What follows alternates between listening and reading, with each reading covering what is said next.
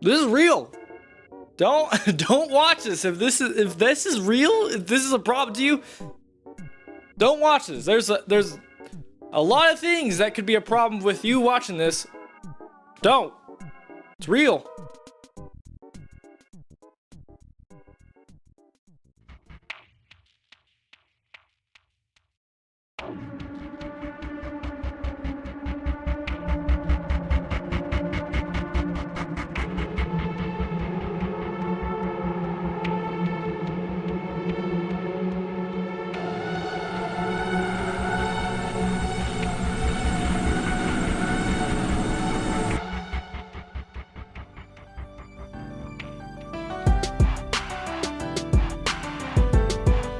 Even though I'm a Christian gamer who loves RPGs and JRPGs, there are some games that I refuse to play.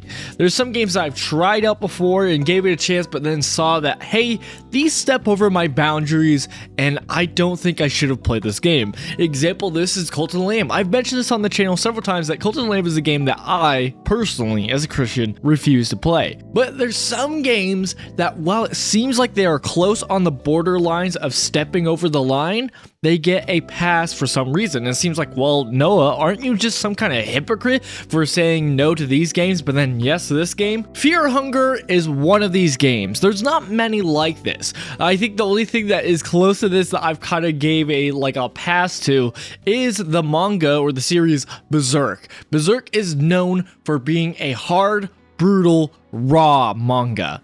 And it's because of that raw nature that I really like this story. I mean, the story on its own is a great story, and I really like how it's drawn, and it's beautiful, even when it's raw and grotesque. There are a few moments where I think it goes a little bit too far, but I understand that the reasoning for some of the things they show is it's for the narrative. It's not for, well, if you show nudity, it's not for lewd or sexual themes. It's to show the rawness of human nature.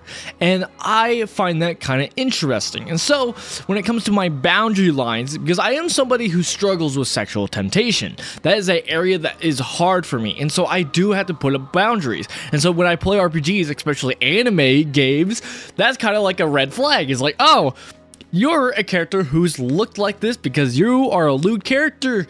I don't like that. I don't like fan service. I'm not about that.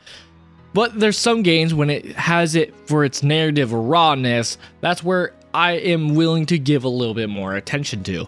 Fear Hunger is one of these games. I was told Fear and Hunger is a game where it's basically Berserk meets Undertale. That's how it was told to me. Undertale is great for its narrative choice and how its RPG mechanics of having multiple endings, not just being violent and going around being a murder hobo, as you put it in D&D terms, but actually doing a pacifist route. And so having this flexibility that's not normal in a lot of games was interesting. And so taking that gameplay side with the rawness and the brutalness of Berserk's setting and that kind of style sound very interesting. I love Berserk. It's one of my favorite mangas. And so when I was told of Fear and Hunger, I was still hesitant. I was still hesitant to go on this journey, but I eventually said, you know what? Let's try it. It was during the Halloween season. Let's give it a try. And worst case scenario, if we do see red flags, we'll run away. We'll run and get away from the temptation of sexual sin. But today, let's talk about my journey as we attempt to be Christians in Fear and Hunger. All right, Fear and Hunger. Let's do it. Knight of the pure and righteous ways of the warrior. Having been trained for combat since a child, Knight excels in close combat and with different weaponry. So yes, the game gives us 4 different playable characters. We have the Mercenary, the Knight, the Dark Priest, and the Chad himself, the Outlander.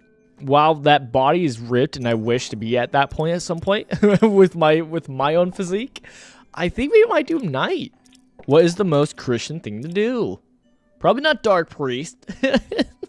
So yes, we do end up picking the Knight since it's kind of known for being its pure and righteous ways, similar to a Christian. But we do run into a slight problem with naming our character, mostly because of the uncertainty of if this character is a male or a female. The thing is it a male or a female? It looks maybe like a female, but I'm not sure. He reminds me of a Timothy from the Bible. You know, because he looks young. He looks like a young lad. After naming our character, we then had another obstacle in our way, the difficulty. Do we choose to do the what could be called the easy mode, or do we choose a harder difficulty because for some reason we need to play hard mode in order to be a pro gamer? Well, with a game already having a reputation for being hard and brutal, well, it was kind of an easy choice. I feel like we came to play Fear and Hunger, so we should play Fear and Hunger. You know? Not saying I'm a coward. Look, there's nothing wrong with playing on easy mode. There's just a part of me that like is still struggles with playing on easy mode. So I'm like, I want to play this mode. But I think we are going to do Fear and Hunger. We're just going to do normal mode since we are noobs. Play intro? Yes, since we have not played this game. There's us! Timothy! You were born with the soul of domination that makes people around you bend to your will. You are a natural leader, but you might often end up blind to self-criticism. If your birth sign wasn't enough to warrant a future of greatness, you were also born into a wealthy, noble family. At an early age, you were sent into training to become a holy knight of the kingdom of Ronda. Training to become a squire was a harsh school that spared no one, no matter if you were from a noble origin or not. A practice sparring match between you and a well-seasoned squire took place at the central training grounds. It is said that a fighter shows their true colors in their first fight. This applied to you, too.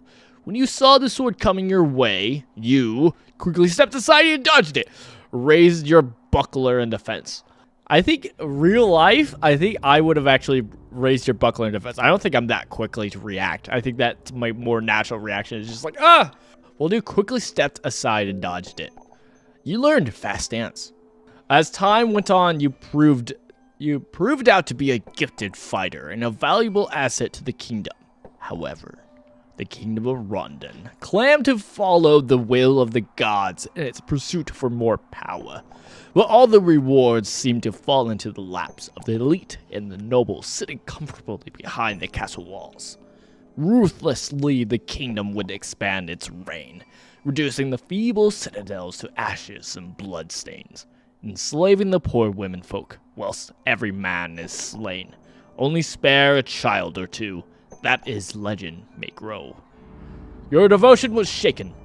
You were all but ready to retire from the army, but your family insisted. No, they demanded you to stay as a holy knight, or else you would bring great shame to their noble family. Ooh, that's real. Break ties with your family and run away. Listen to your family and stay as a holy knight. Ooh. Timothy would break ties. He would break ties from the family and run away. You know? He'd be like, you know what? Maybe this isn't right. You know? Maybe these Pharisees, what they're saying, isn't fully truthful. You know, maybe what they believe is maybe somewhat wrong, and maybe there's the actual way of life following Jesus Christ is somewhere else. Break ties with your family and run away. At this point, family ties waited no more than strangers. You met at the dirty streets of London. You completely cut ties with your family without hesitation.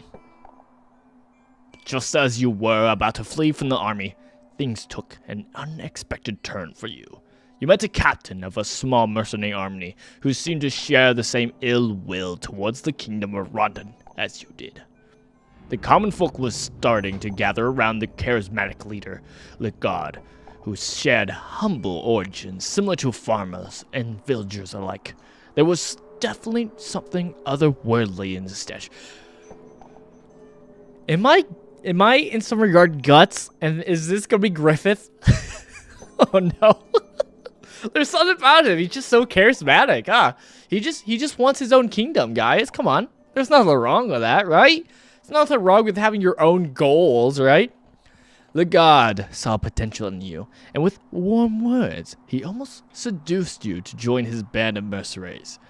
Thanks to your rigorous discipline, you took a high position in his army, the Knights of the Midnight Sun. So clearly with this kind of story introduction and us getting to choose some stuff already, classic RPG, getting to make choices, we're getting a lot of Berserk references right out the gate, which is already doing me some mental damage. But for those who haven't read or watched Berserk, what's going on is basically there's a figure who is kind of a really good leader, someone who's going to be prolific and make some things happen in the world. And some leaders don't like it, locked him up, and we're here to break him out. That is our goal here. Totally not something bad that we probably shouldn't ultimately do. I like that right off the bat, the game kind of gives us choices. It's similar to almost like a character creation of like specing our class and choosing that. But instead, it's actually making character stories, which is writing the story of how our character acted in this kind of opening.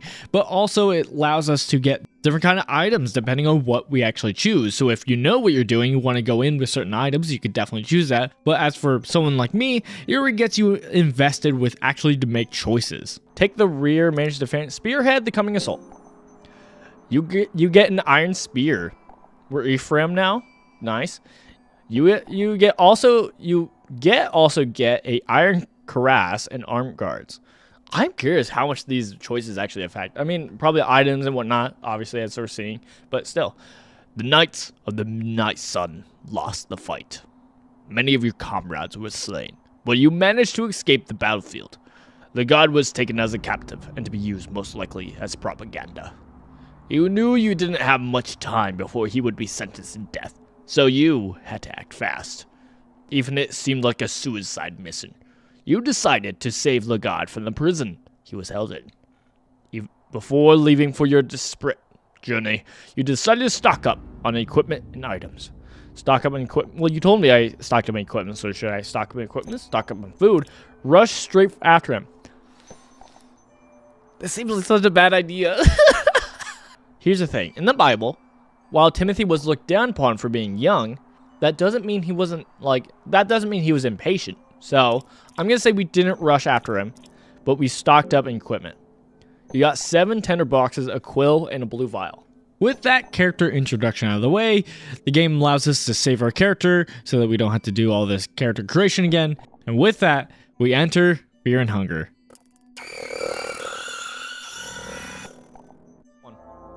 Whoa, the music. The dungeons of Fear and Hunger stand in front of you. Yo. Dude, rip horse, man. Right off the bat, I think the game does a great job with what I like the most about this game and its atmosphere through sound effects. It does a good job creating an eerie vibe, and we get that right off the bat. The composition, the horse. I wasn't even done with what I was saying.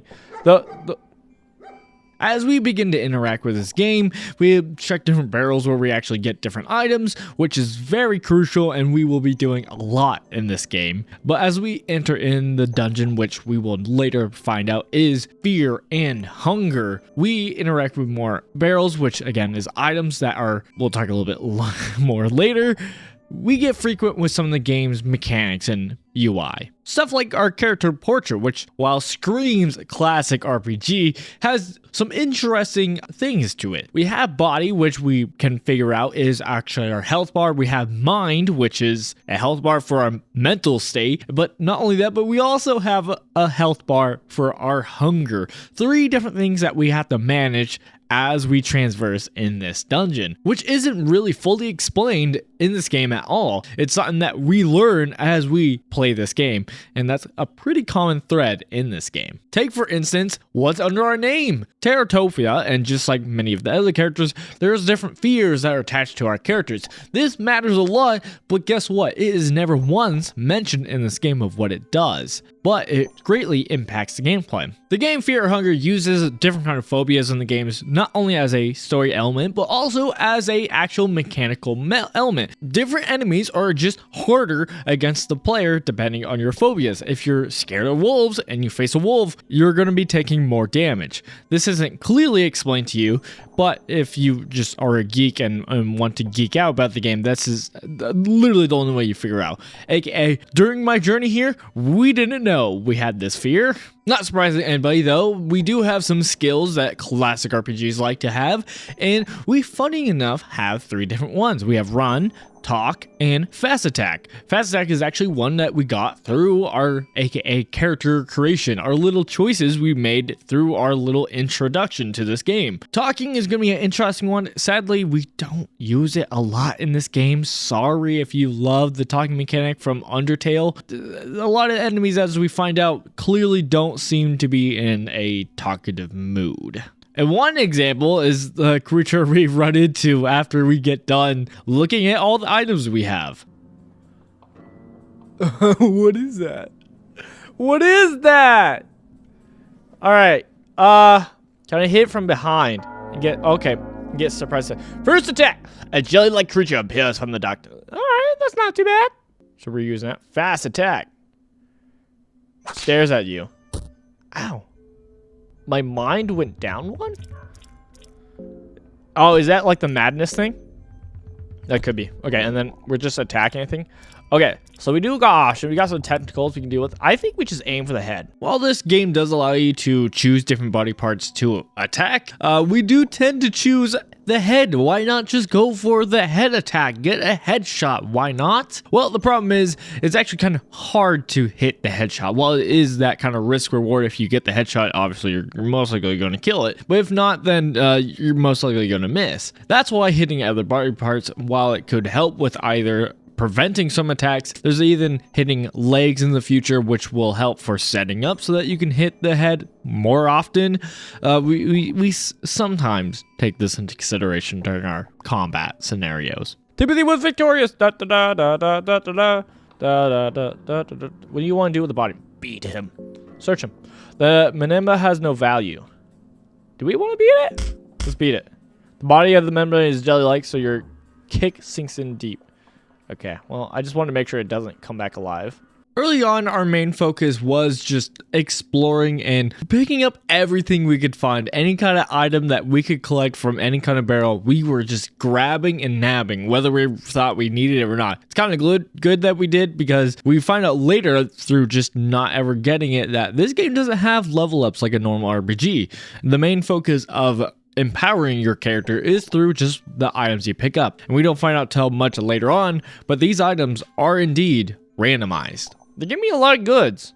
Explosive vial. Let's go. I grew to really like the aesthetics of this game. I think the game did a great job, even though some people might look at this game and see just a low quality RPG. I like the aesthetic, and it really played well to the limitations this game had. The black gradients around the borders to really just focus on what little you could see, with its little tones and background sound effects as it was come in and leave to make silence, really curated a specific kind of immersion that I kind of wasn't expected, and made me really wish I was playing this in the dark. Making it to level 3, the basement, which really just felt like a cemetery because that's basically what it first shows you, we started to really feel the impact of, well, not just the hunger mechanic, but also the mind mechanic. We kind of found out that, yeah, no, not only is your hunger going to slowly deplete and you're going to have to feed that, but you're also going to have to stave off your mind just this insanity of being in fear and hunger. And that's where, luckily enough, torches come in. See, while they don't provide that much benefit, they do slow off your mind just depleting. Our mind is at 93 now. Hunger is at 12. I think... Let's do a torch. That felt like it did nothing. I thought it was going to help. Alright, I think we keep going. And as we kept on, we ran into what is basically smoke from Dark Souls 1. Oh. That's like, what's his name? I'm stuck. Maybe it won't go up. Okay, I faced him. I don't want to get surprised. Iron Shakespeare stumbles from the shadows. The shadows. All right, let's fast attack. I think that's always a good. Take a hit. Ooh, was that 28 or 28? Oh, 30.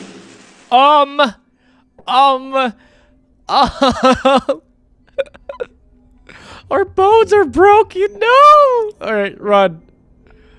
You know what? We have a turn. So let's attack. We'll have an extra turn. Okay. Let's hit his right leg. Yeah.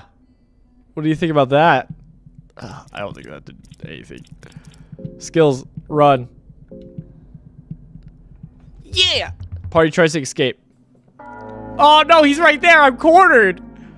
Hey buddy. Try to run away again. Yeah. However, it was unable to. Okay, we might die here, guys. Missed. The mist. Oh boy, we got dodges. Run. I don't think talking's going to solve the problem right here. Okay, run.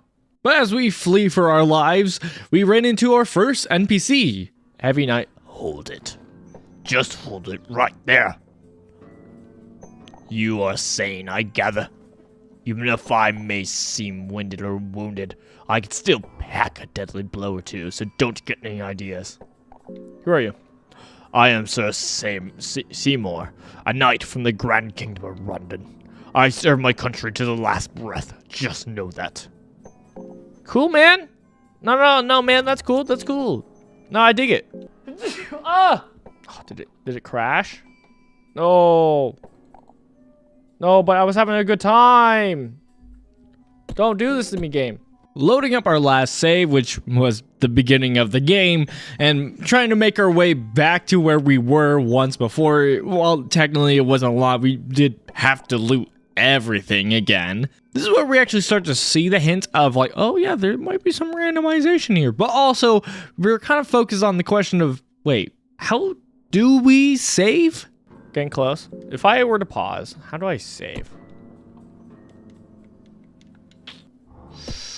Is there not like a saving? Ooh. Is it like a bear trap? Whoa.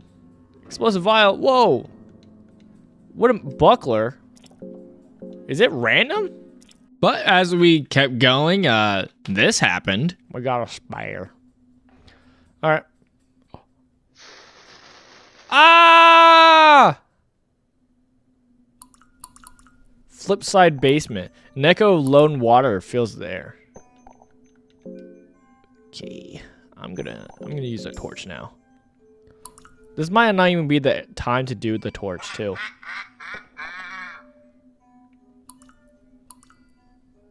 Dope. On the surface, this seems like kind of like whatever, a small little thing. But like to me, this is again the immersion of this game and how like dark and creepy it feels is great. This was creepy. Hey man. But there's the exit. Okay. A black witch is floating in the air ominously. That's what she was saying. She was like, Talk?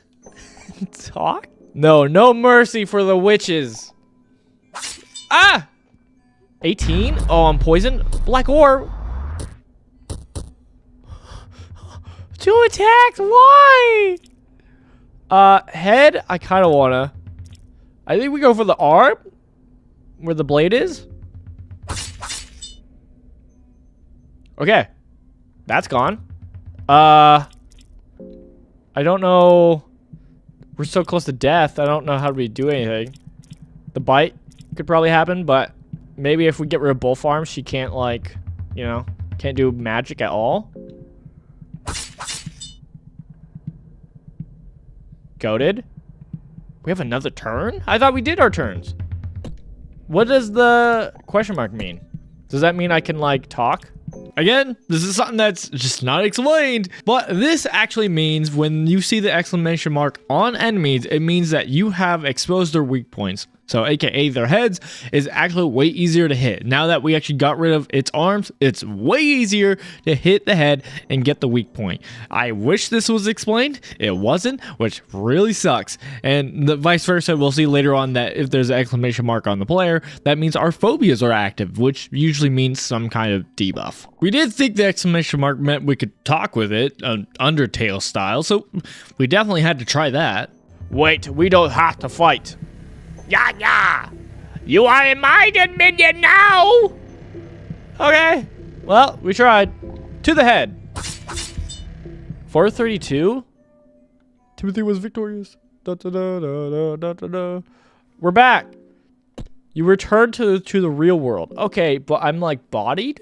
This is when we went into full what heals me mode. What of the stuff we've gathered so far can actually help me in this situation? Says we are close to death and I don't know what heals and what doesn't. Turns out a lot of the items we have just deals with our hunger. There's a few things that might deal with our mind, but things that actually heal you is quite rare. There's blue liquid. That seems like it's for sanity.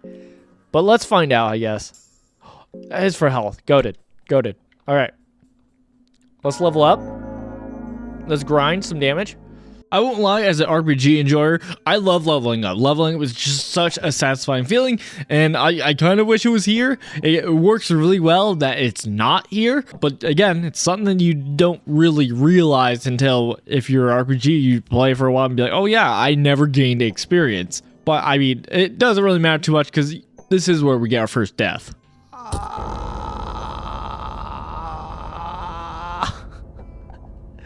Fear and hunger, fear and hunger, fear and hunger, fear and hunger. Starting our journey again, we do make sure to loot everything we can, but this time we decide to actually go through the front doors, the main entrance of Fear and Hunger. And right off the bat, we find some lore about how a man was going insane here, which is not surprising. And then we saw the box art monster of the game, which really showcases that we are playing the censored mode because, yep, things had to be censored. There's parts of it where I could understand, especially in this case, why it would be here and why it has to be censored and why they have the thing as a thing. But later on, we'll find some monsters have a stinger, even though it seems kind of unnecessary. What's the exclamation mark? 36 definite. Oh, it's pulsing. I don't like that. I don't like that. All right. Of course you can target it. His stinger. That also seems like a good play too. Oh, it's a vulnerable spot. Let's go for his left arm where his weapon is. Maybe that'll affect something. Okay, it's off. I don't know if that helped. His right leg seems really like not strong, so let's go for it. I have no clue if this affects anything, but you know, it's pulsating. Don't like that. Steps closer. Don't like that. Oh, heads. That seems tails. Guard charges blind.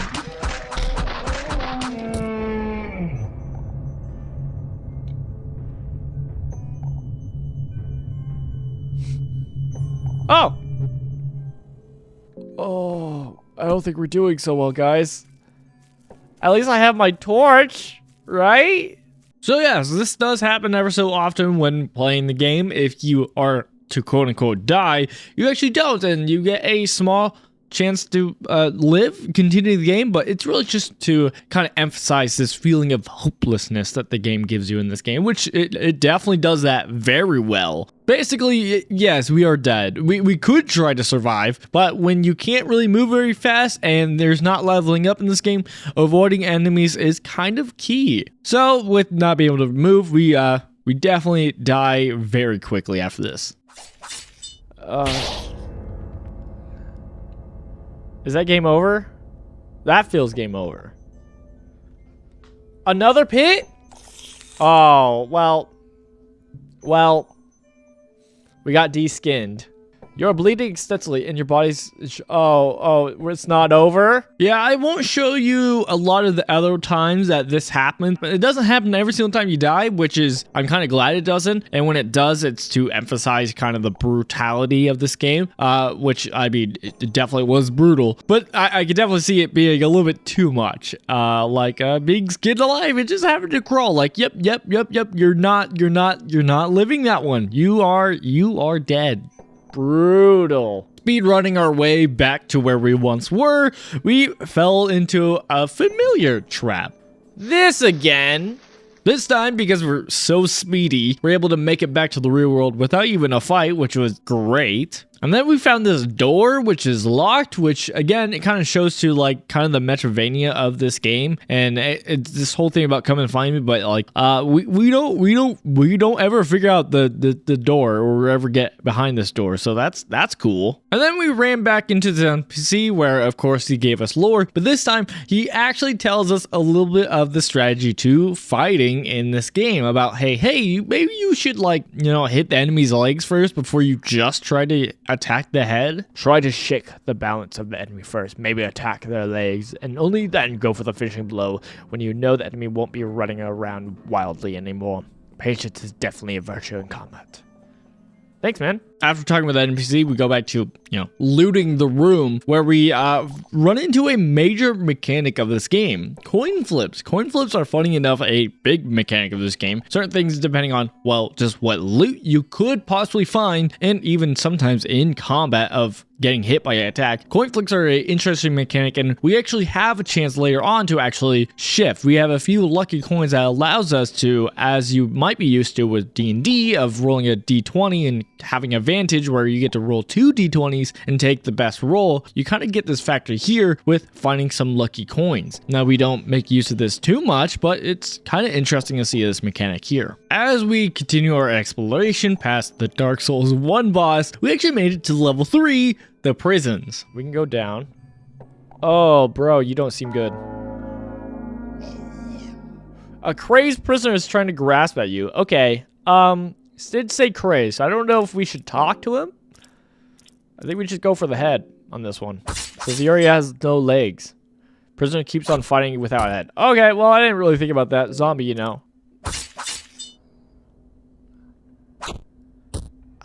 thought we were gonna be fine. Okay, we are victorious. All right.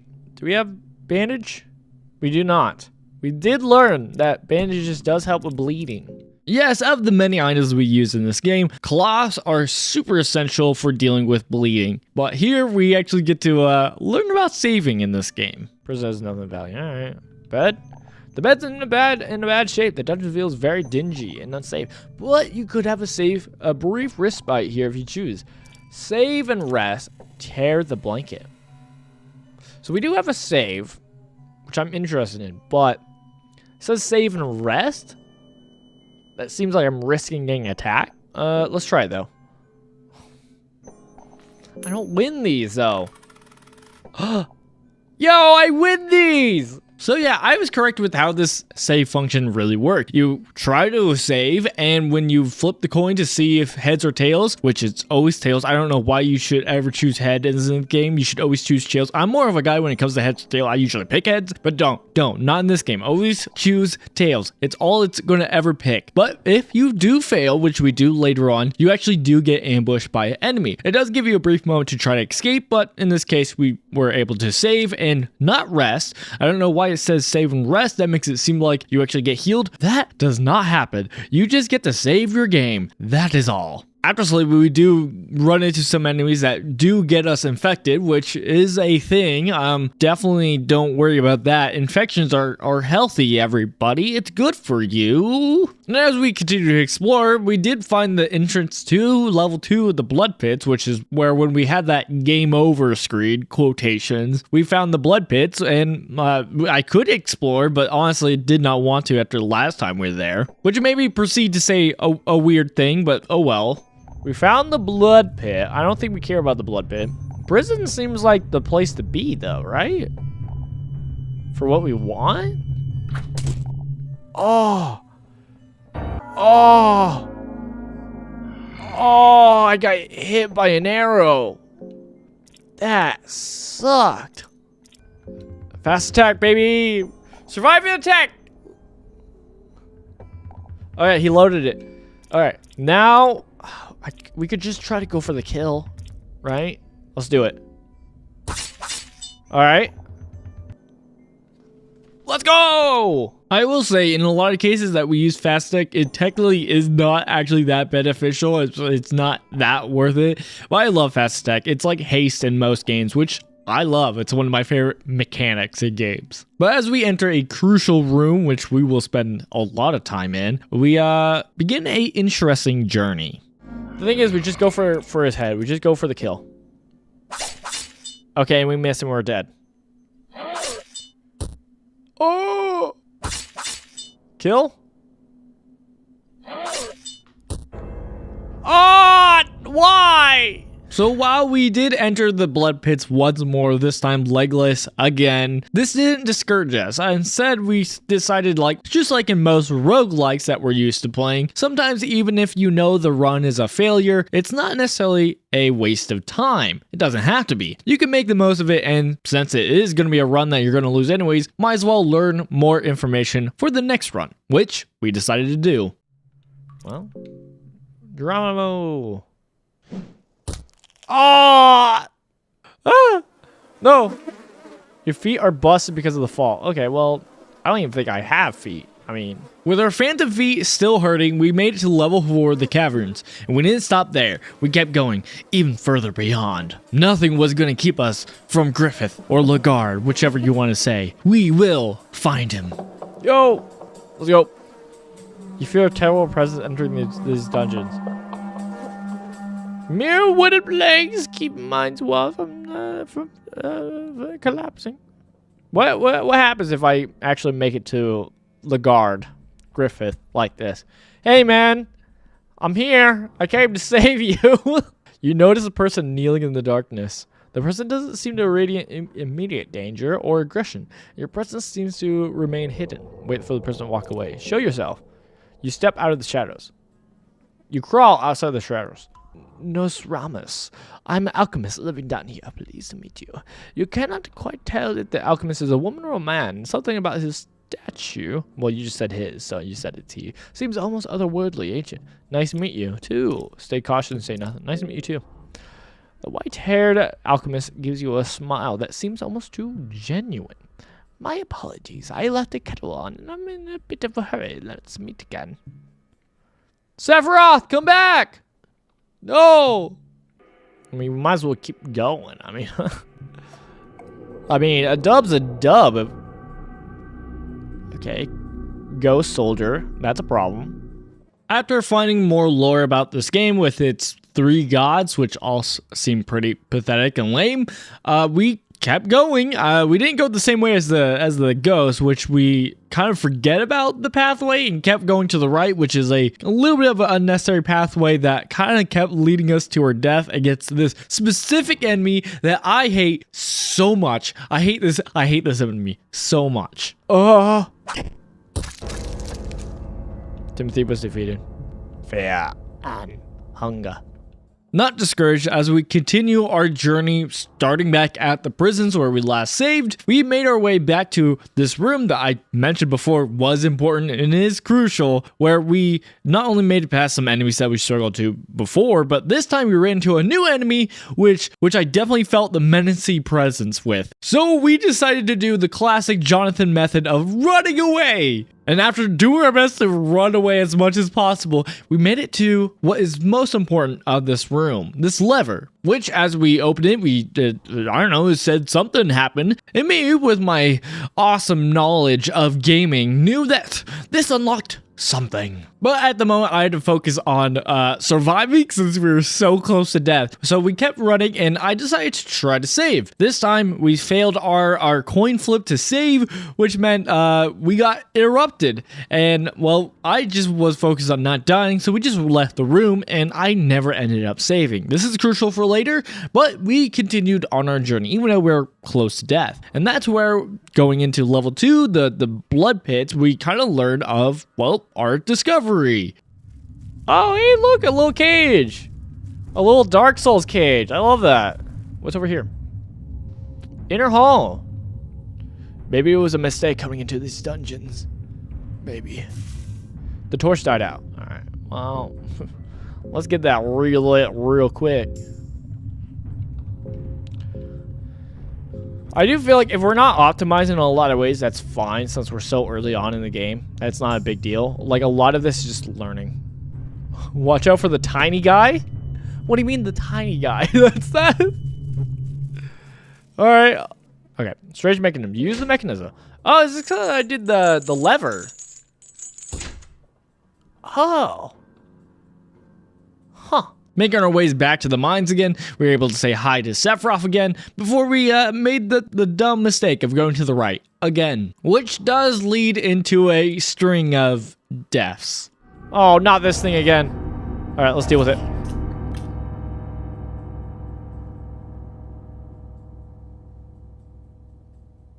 Either way, let's go deal with these lever again.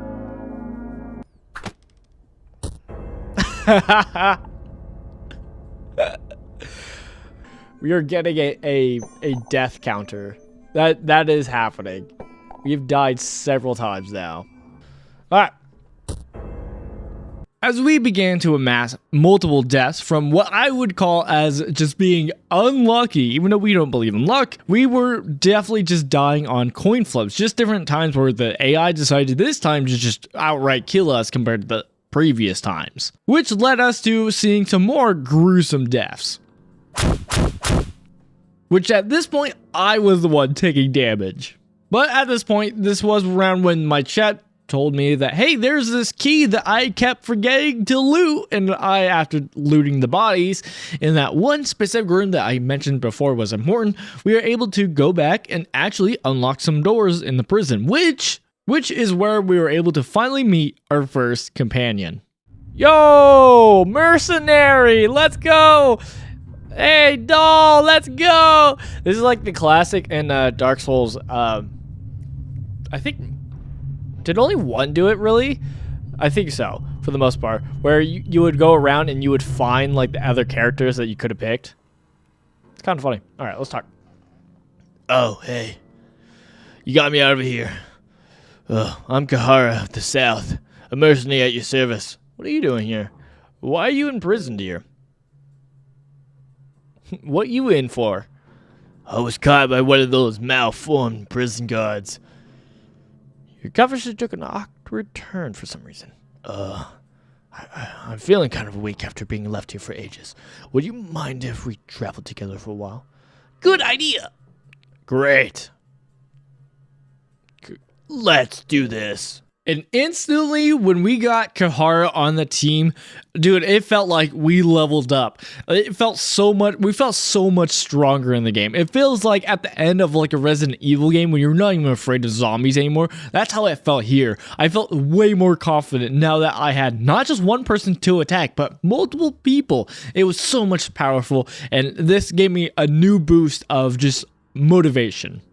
Dude, I'm feeling pretty good. We had a blue vial. Ooh, we're doing things. We're making things happen. I mean, we still ran into the normal problem of trying to sleep. At least at this point, now that we had unlocked multiple doors in the prison, we had multiple beds to go into, which if you didn't know, if you do fail your coin flip to sleep as a bed, for the period of time, you can't actually sleep there again because there's an enemy there. So you'll have to actually go to a different bed and attempt to sleep there. And even though we had at this point switched over to the tails, you don't ever choose heads, but sometimes tails would fail, which meant some enemies would come, including some dangerous ones that are still in the room, which forced us to deal with them.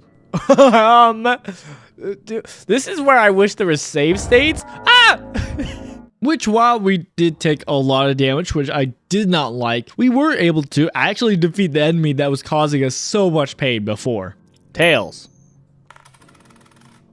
But since we dealt with that one monster before, when we went back to that important room before, we didn't have to fight or run away from that same monster, which was kind of interesting. It kind of confirmed a thing that, like, hey, if you get attacked by a thing on the map, it doesn't come back. So that's kind of cool. Okay, so the dude we fought, the elite guard, was in here, assumingly, is the one we fought in our sleep, which is good to know, I think.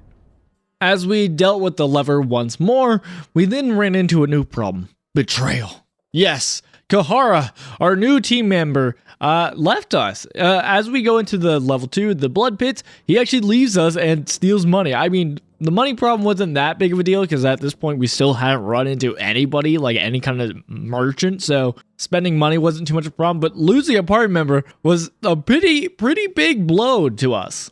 Really? But since we had a key to unlock more areas, I didn't give it total hope, so we just kept on exploring old areas, even in an area that I was previously warned about, a certain tiny guy. Sadly, I wish I had kept this to heart, but maybe it's best that I didn't. Someone or something is walking towards this room. Wait to see what it is. Ambush it. Okay, yes, you could definitely say that it probably wasn't the most Christian thing to just ambush somebody you just saw for the first time. But hear me out. We are in Fear and Hunger, and sometimes you make sinful choices. Okay. I'm not saying what I did was correct or right as a Christian, but you know, sometimes we make mistakes. A wretched-looking person walks out of the shadows. You attack him straight away. Oh yeah, here comes the tiny guy. That's the tiny guy? You gotta warn this before. I would have ran away. No. Literally the torture from Berserk. What? Who's the lowest down now? You? Oh man, you warning me about the tiny guy makes it so much worse. Skin him. We continued our exploration where we found another NPC. Buckman. Ah! No, wait. You're a sane one, right? Oh, yeah, of course. I'd be dead otherwise. The NPC doesn't really do much. It kind of just tells us lore that like, oh yeah, no, the guy who was a torturer was gonna torture him, and like, yeah, the torturer was always kind of like a messed up dude. So yeah, don't worry about that. So we just decided to continue on our merry little ways until we found a cult. Oh, And taking the advice of my chat, I just ignored them. Not my problem. they do seem like a fight that I don't need to do. So I will not get much reward for the fight. I will mostly get bodied, which we are trying to avoid. And with being done with our exploration, heading back to our main mission, we proceeded to die.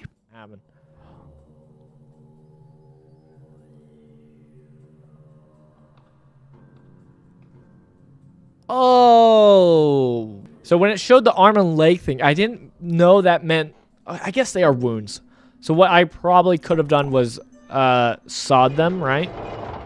And it was at this point that I came up with a strategy. Hey, go back to an old save that we have, and this time, with our now knowledge, we do it better. We have a better run, basically. This time, we get the things that we need without taking as much damage. Kind of prepping us up for the best case scenario, this best setup that we possibly can. Which meant we had to get a few more items than I was originally expecting. Here's the thing.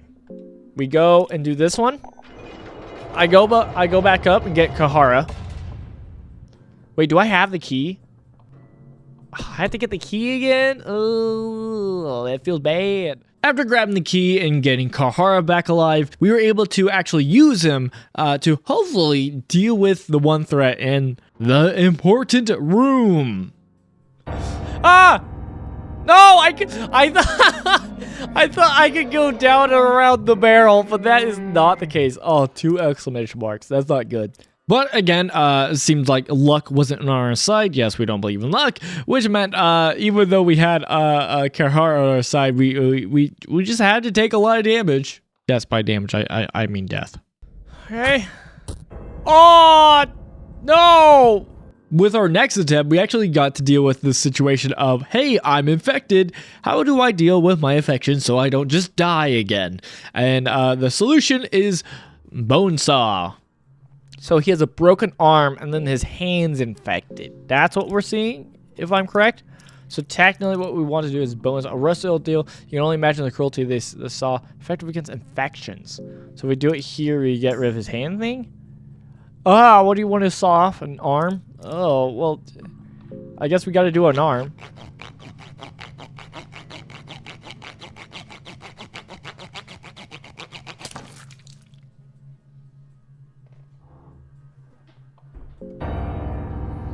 Got rid of the arm.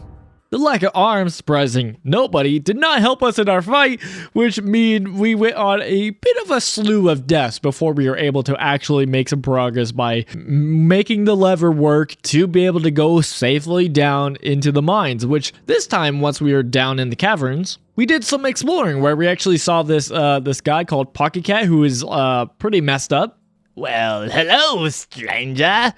How are you doing on this wonderful day? He does some philosophizing about how, oh, there's two different types of people. There's the light people and then there's the dark people. People who like the light and try to separate themselves from the dark, and then the dark people who don't care, who uses the dark for their own will, and to the point where he's like, hey, are you a human of light or darkness? And obviously we're Christians, so yeah, we are the light of the world, obviously. In which case, he then proceeds to ask if we would like to trade him items for children. You know, we give him children and we get items because that's a good thing. Look, I understand that, like, you know, if you're, you know, a bit narcissistic and not just that, but also pessimistic about the world, that, like, you know, who cares? You know, what is really the worth of a human life? You know, why not give up some other child's life for your own benefit? But, like, you know, as a Christian, yeah, that's not chill. That's not chill. You know, human life, it matters, kind of matters.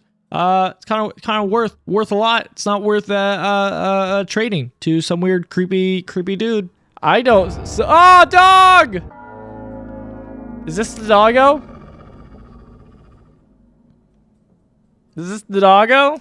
But exploring this area wasn't just in vain. Due to some more helpful comments from my live chatters, I was able to actually run into this wolf, and I was told not to attack him. And I already had hints of possibly talking with the animal and be able to have it be our friend, and this was that opportunity. And with it, we were able to get the bestest of boys. Moonless seems to respect you to a certain degree. Let her join your party. Let's go! Yeah! Moonless seems to understand you. Oh man, I love when you can have like dog party members. It's so good. It's such a good feeling. Let's go, doggo. Let's go, doggo. We are friends forever. After saying shalom to Sephiroth again, we then went to the right because we kept forgetting we hadn't been down here in the mines forever, in which case we had to deal with the same enemy again. I saw it, and then instantly my mind remembered what happened last time against this thing. Here's the thing: do I just run from this? Do I run from this creature though? That's my curious. He's the one who's bodied me several times now, so I don't really want to deal with him. Let's go for his arm. Okay, the doggo does act on his own. I'm glad I didn't do it. Okay, the dog went for the arm. Same one I chose. Ah, Moonless! Moonless!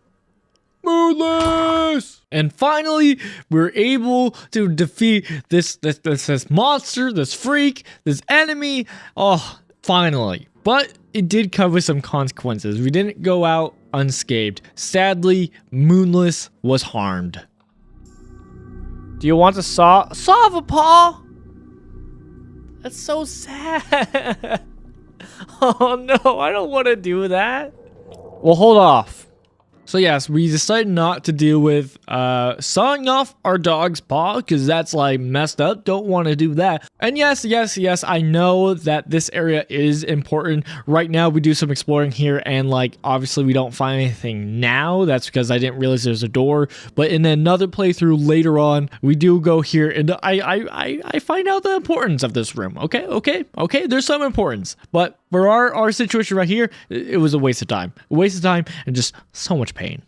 So yeah, we should have gone right. We've done that every single time, and we have had to done that fight, and it's just been rough. As we continued on, we read some lore about some dumb gods that we don't care about, and I was warned by one of my viewers that, hey, if you see a yellow guy, yellow mage, or run away from him, don't deal with him. And you know, so far that advice has been swell. It's saved us a lot. So I was like, okay, cool. If I see a yellow mage, I'll avoid him. I'll avoid him. And so I kept the advice. If I saw a yellow mage, avoid him. Some of those soldier boys. Oh, this guy. This is the guy you were talking about. Run. I lost my leg? Oh, no.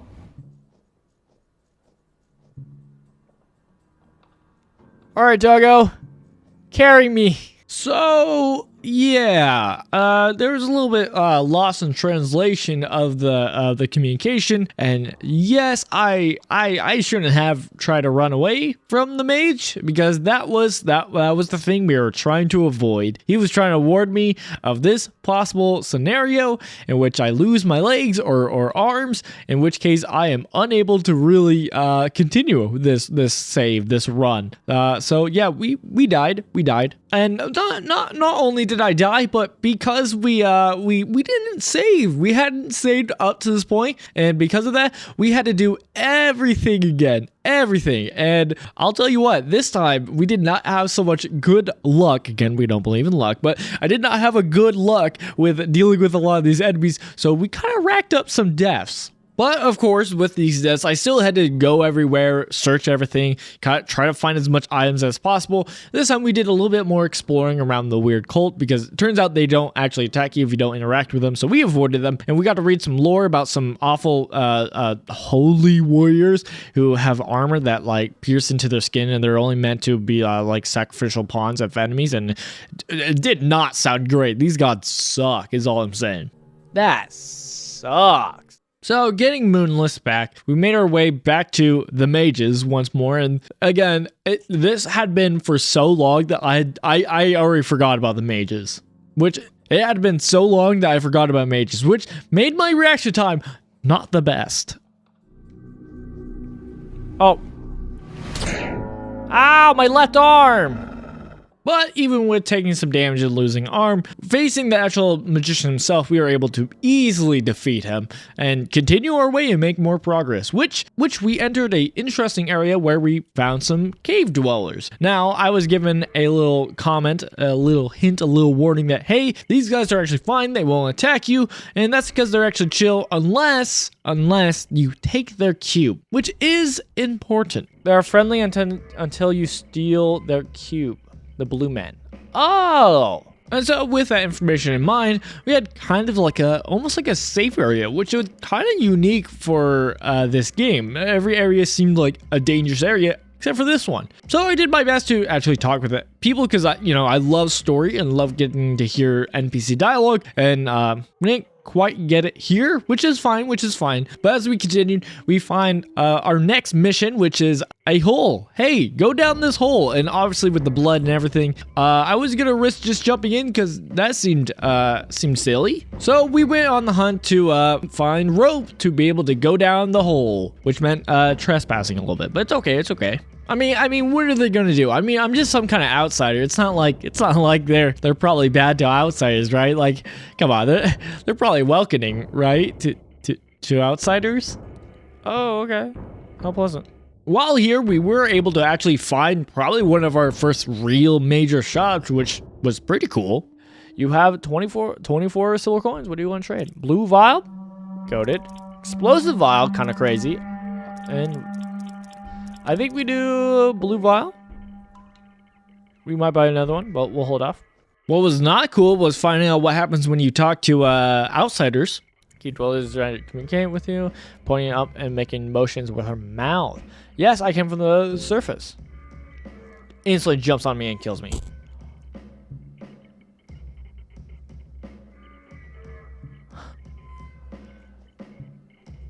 We don't talk to outside us. You could use a soul stone here.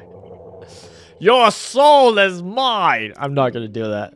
So yeah, these cave dwellers do not like outsiders. I'm surprised they didn't just attack us on spot. That was kind of messed up to kill the one character who wanted to talk to us. Whatever, that's kind of messed up. Also, soul stones, I have no idea what this is for. I have no idea. This kept on coming up, and I kept on making the Mortal Kombat reference, but that was it. I had no idea. But we had to keep exploring, and honestly, there was one room that I did see while exploring that I instantly exited out of, which turned out to be kind of important. But while we kept on exploring, I kind of run into what I thought was like the next boss, but it just turns out I was super unlucky with how it randomly appeared. But it turns out I was just super unlucky with how this enemy appeared, which again, we don't believe in luck, but yeah. But I mean, of course it would happen to me, of course.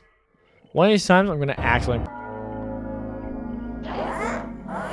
Well, we're doing this now. So I don't know in comparison to bosses how this enemy is, but I just know that yeah, this enemy, the Crow Mauler, you do not fight this guy. This is a guy where if you see him, you run on sight. You do not engage, you do not deal with, because you do not win. This guy is built different. Like close your eyes, you lose your eyesight completely. You can only see faint silhouettes here and there, but otherwise, it's a dark world now. Thanks, game. Got it. I should have just blocked. Moonless! No! Oh, instant. Oh, okay. Okay. No, instant kill. No, that's cool. That's kosher. That's kosher. That's chill.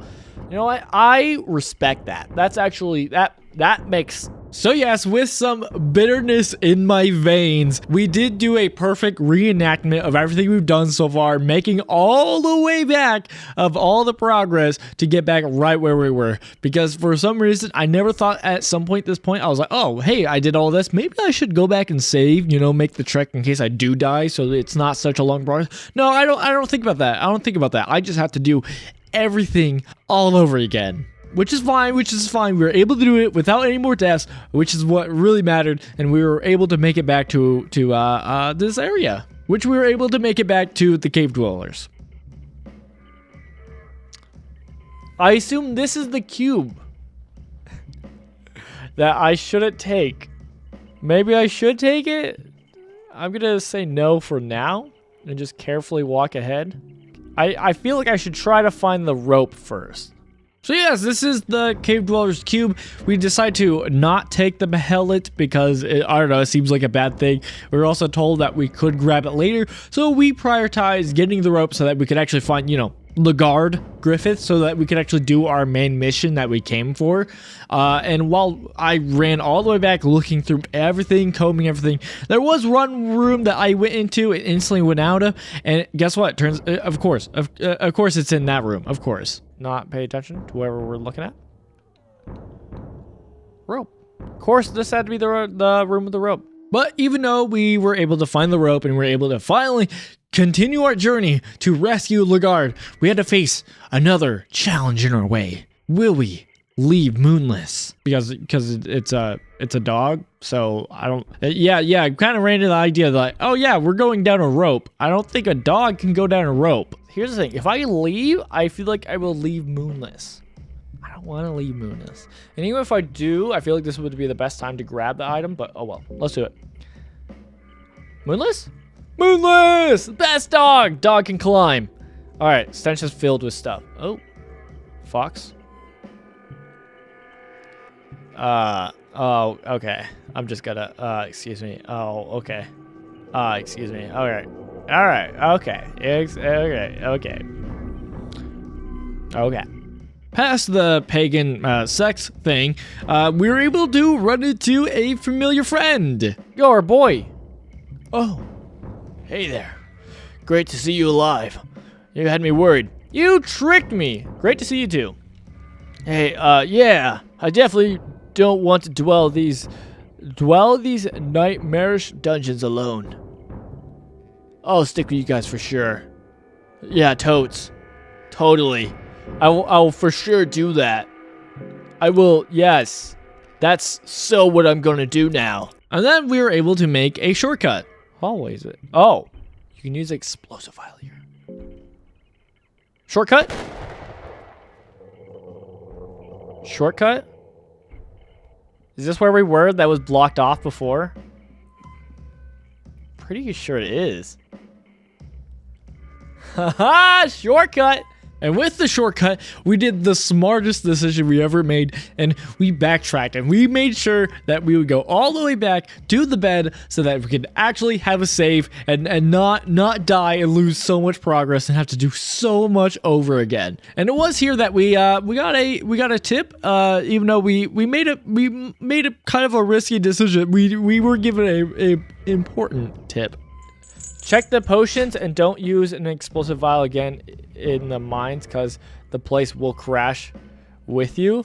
Oh, really? I will. Okay, that's noted. Noted. And with that tip in mind, we are able to find a bed and save our progress. Make sure we don't have to do all this backtracking again, because, oh man, it would be too much mental damage for me. And with that save, we are able to make it back down to the mines and continue our progress to find Lagarde with no distractions in sight. Which I think is the bit. Oh, Excalibur. The mysterious sword stuck in the wall here. The sword emanates a light blue hue. There's definitely something otherworldly. Here's the thing. I feel like this game would punish you for taking the sword. I feel like you try to take the sword, and then the whole place comes down. Investigate. The sword quality seems very high. No, don't take it. There are light carvings all around its blade, and they all seem to start from the handle. The sword itself is stuck in the wall, and you are not sure if it's completely safe to remove from there. So I was right. Exploring this area, the main enemy that we had to deal with here is Ghost. And boy, are Ghosts just another level of pain. All right. Do I have to be afraid of these, or can I just body them? You're talking to Ghost. What's your origin? What do you want? There's no need for killing. Prepare to die. What do you want? The spectre just relentlessly floats towards you without reacting to your words. All right, fair enough.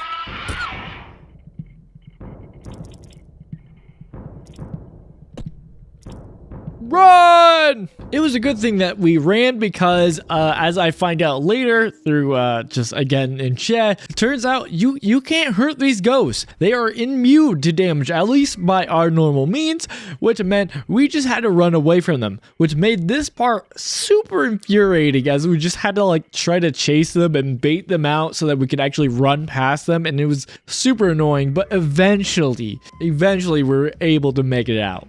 Yeah, let's go! Oh, finally. Geez, that took a little bit. And past them, we were able to make it to level 7, the catacombs, the location of Lagarde. You see a dark figure looming in the shadows on the other side of the bars. There's an ominous aura coming from inside. You seem to hesitate in opening the door. Don't put it on yet? Yeah, I'm good. Griffith? Hey, buddy. Hey, we came to help you. Let me embrace for a hug as you try to choke me. His throat is cut open. He has been dead for a while. This is the man you came here for, which means that your initial mission has failed.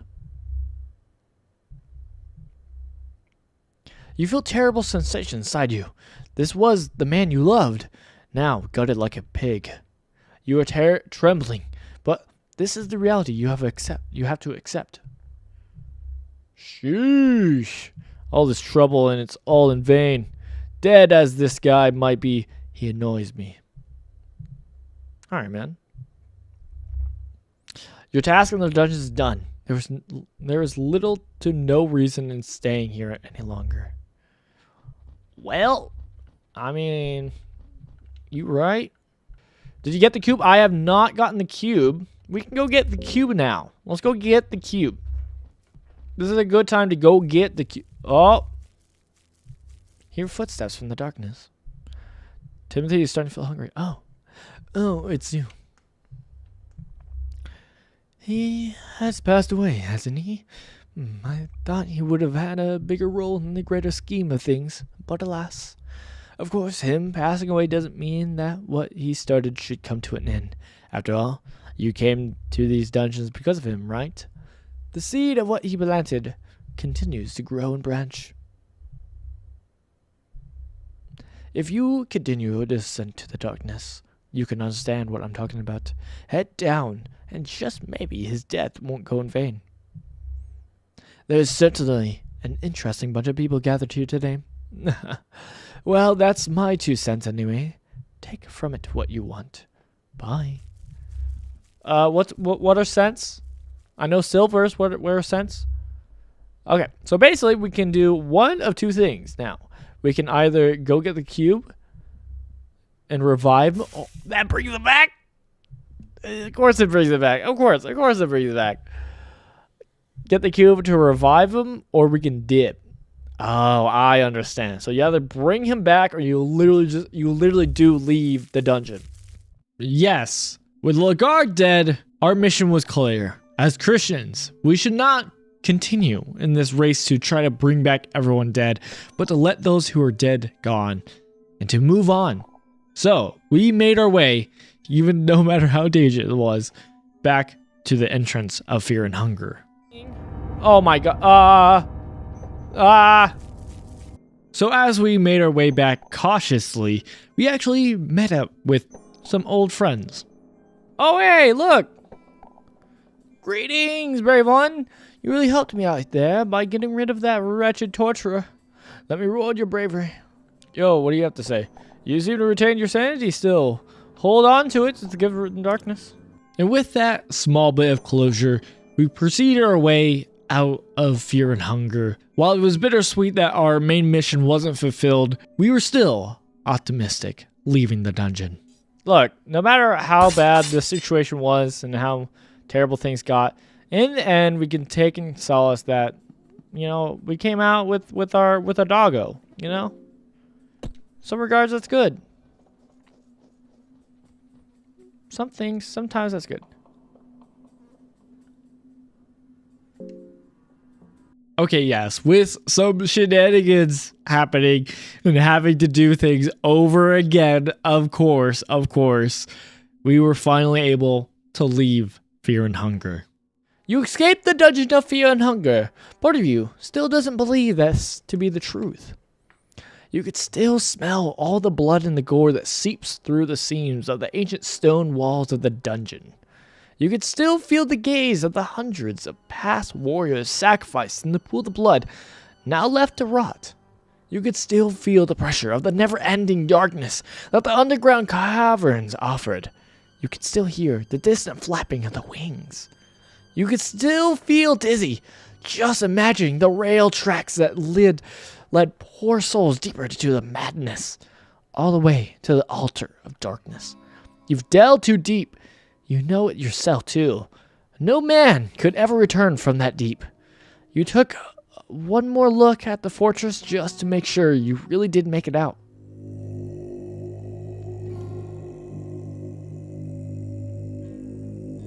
Ending E? Escape? So yes, this is the ending we got. We got ending E. While many might discredit this ending since it's the typical kind of early ending, it's not the true ending. Deep down, I do think in a lot of ways, this is the Christian ending. Not the fact that we're still in the dungeon and it might be, you know, a little bit of like, oh no, limbo maybe. You're always stuck in the... Not that part. I more meant like moving on from death. Okay. Fear and Hunger is an interesting game. It's very interesting. It was very different than I thought it was. And that's because when you hear so many different things, you hear the idea of brutality and how it's extreme in that way, your imagination can run wild. And so, in some regards, the game wasn't as bad as I thought it was. But obviously, there's elements to the games that's unnecessary. As you saw, we played a censored version of the game, and that was fine.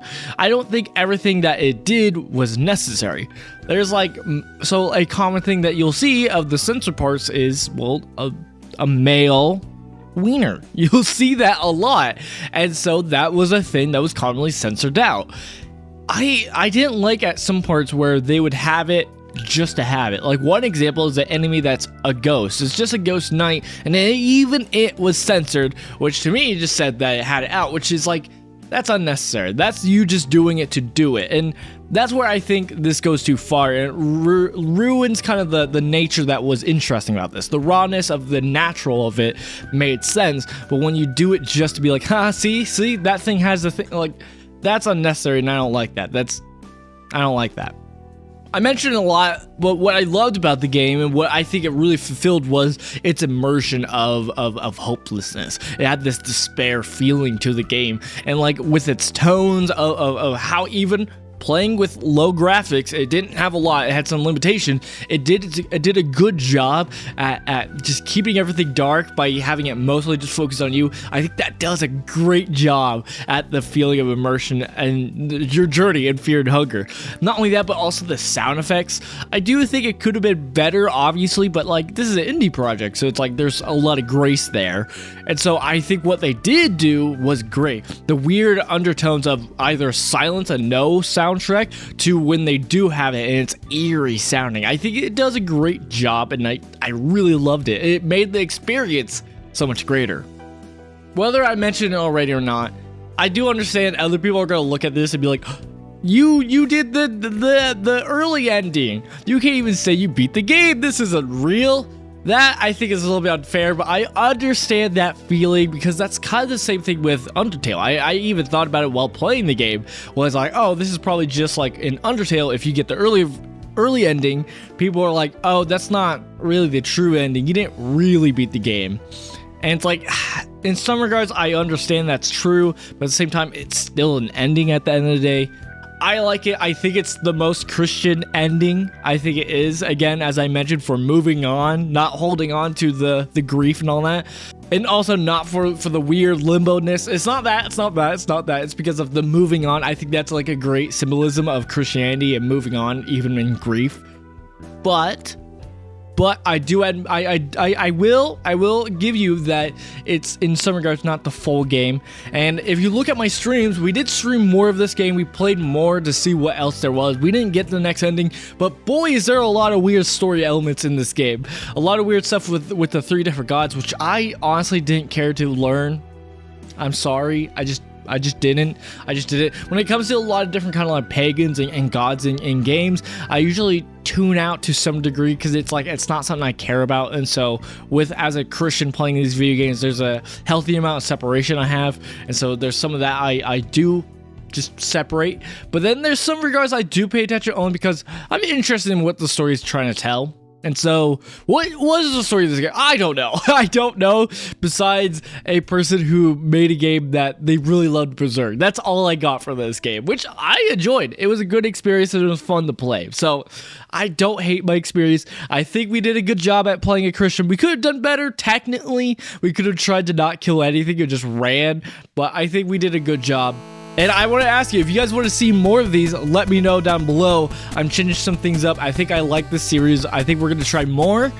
Maybe look out for Baldur's Gate 3. I didn't say it. Someone else did. No, I mean, I actually did say it. But either way, hope you guys have a good day. I'm Noah Price, Christian Gamer. Jesus loves you. Bye, guys. Shalom! The body snatcher chuckles in the music. I feel like we should not deal with this guy. Okay.